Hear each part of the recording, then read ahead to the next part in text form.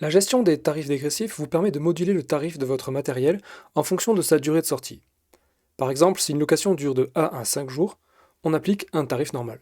Si elle dure 6 jours ou plus, on applique un tarif à 80% du tarif journalier, soit une réduction de 20%.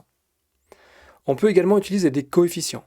C'est un nombre qui va se substituer au nombre de jours facturés normalement. Par exemple, vous pourriez dire qu'à partir d'une location de 20 jours, vous facturez un forfait maximal de 20 jours. Que la location fasse 20 ou 40 jours, ce seront 20 jours qui seront facturés. Voyons maintenant en pratique comment fonctionnent les tarifs dégressifs dans Loxia. On va se rendre dans les paramètres, dans l'onglet Facturation tarif dégressif. Ici, on peut avoir un ou plusieurs tarifs dégressifs qu'on va ensuite devoir assigner au matériel pour qu'il soit applicable. On va d'abord créer donc un tarif en lui donnant un nom, puis on va ajouter différents paliers pour gérer la correspondance avec la durée en jours des événements. Donc là, par exemple, on va dire que pour un jour, on va utiliser 100% du tarif journalier.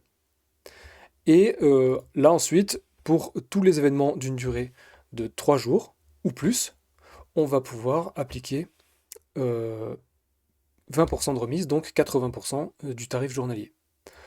On peut continuer comme ça avec par exemple un palier à 5 jours qui va donc pour une durée de 5 jours qui va faire par exemple 25% de remise, donc 75% du tarif journalier. Donc là, ce qui se passe, c'est qu'attention, un événement qui dure 2 jours aura toujours 100% de son tarif journalier qui s'est appliqué, donc ça veut dire que les 2 jours seront facturés à plein tarif. Par contre, si l'événement dure 4 jours, c'est bien ce taux de 80% qui sera appliqué sur les 4 jours. Donc ça veut dire que les 4 jours seront facturés à 80% du tarif journalier. Et ainsi de suite. Sur tous les paliers que vous voulez, il n'y a pas de limite.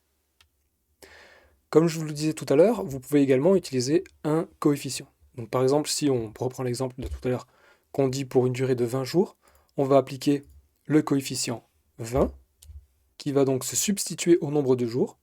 Ça veut dire que là, tout événement qui a une durée de 20 jours ou plus aura uniquement 20 jours qui seront appliqués au tarif journalier. C'est-à-dire que même un événement qui dure 40 jours n'aura que 20 jours de facturé. Donc là, je peux sauvegarder ça. Et donc on voit notre grille de tarifs qui s'est ajoutée dans la liste.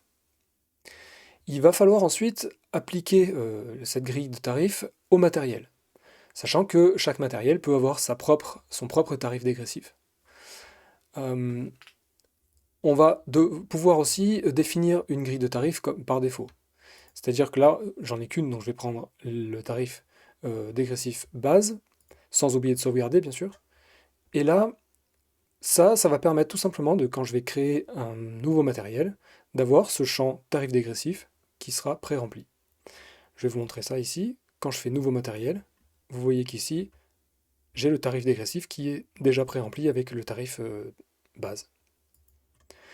Si d'aventure vous avez du matériel qui existait avant la création d'un tarif dégressif, il va falloir, comme par exemple celui-ci, vous voyez qu'ici aucun tarif dégressif n'est appliqué, il va falloir donc aller modifier ce matériel pour lui appliquer le tarif dégressif afin qu'il soit calculé de la bonne manière.